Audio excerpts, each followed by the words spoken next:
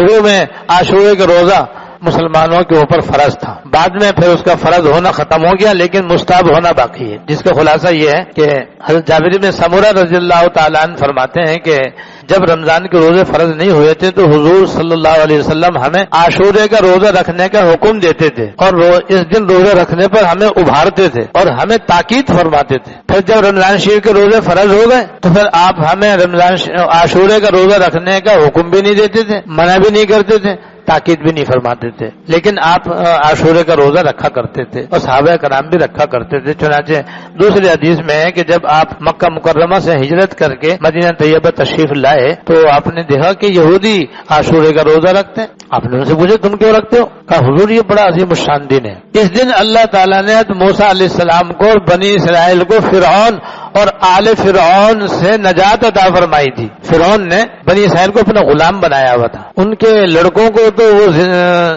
قتل کر دیتا تھا اور عورتوں کو زندہ رکھتا تھا، ان سے وہ غلام باندیوں کی طرح خدمت لیتا تھا۔ تو بنی اسرائیل کی عورتیں ان کی باندیاں تھیں اور ان کے بچے جو ہے وہ قتل کر دیا کرتا تھا۔ وہ یہ ظلم اس نے ڈھایا، اس کے علاوہ اور بہت سارے مظالم اس نے ڈھائے ہوئے تھے۔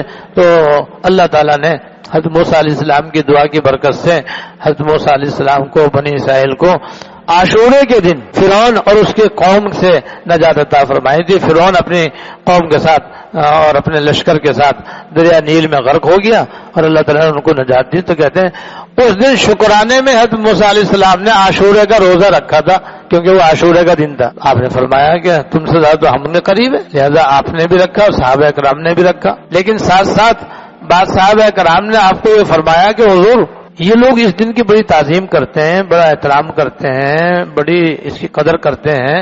تو آپ نے فرمایا اچھا بھائی آئندہ سال اگر میں زندہ رہا تو پھر میں اس کے ساتھ 9 تاریخ کا روزہ ملاؤں گا اور 2 روزے رکھوں گا، یعنی 9 تاریخ کا اور 10 تاریخ کا۔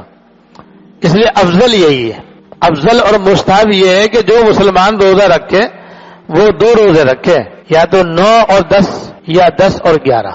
9 اور 10 یہ 2 دن روزے رکھے، یا 10 اور 11 اس روزہ رکھے، 11 تاریخ کا اس کے ساتھ روزہ ملا لے، 2 روزے رکھے، تاکہ عبادت کے اندر بھی غیر مسلموں کی مشابہت نہ ہونے پائے۔ یہ ہے اس میں حکمت اور نکتہ کہ حضور نے عبادت میں بھی یہودیوں کی مشابہت گوارا نہیں فرمائی، اور فرمایا کہ اگر آئندہ سال میں زندہ رہا تو میں 2 روزے رکھوں گا، تاکہ یہودی 1 رکھتے ہم 2 رکھیں، اور ہمارا 2 رکھنے کا عمل ان کے عمل کے مشابہ نہ رہے۔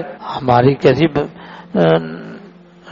بدبختی ہے یا ہماری جہالت ہے کہ حضور تو عبادت میں بھی ان کی مشابہت گوارا نہیں کر رہے، اور ہمارا حال یہ ہے کہ گناہوں میں ان کی پیروی کر رہے ہیں۔ جتنے بڑے بڑے گناہ ہم ان کی نقالی یہودیوں کی اور عیسائیوں کی، انگریزوں کی اور غیر مسلموں کی نقل اتار کر وہی کام ہم کر رہے ہیں، جو وہ کر رہے ہیں وہ گناہ۔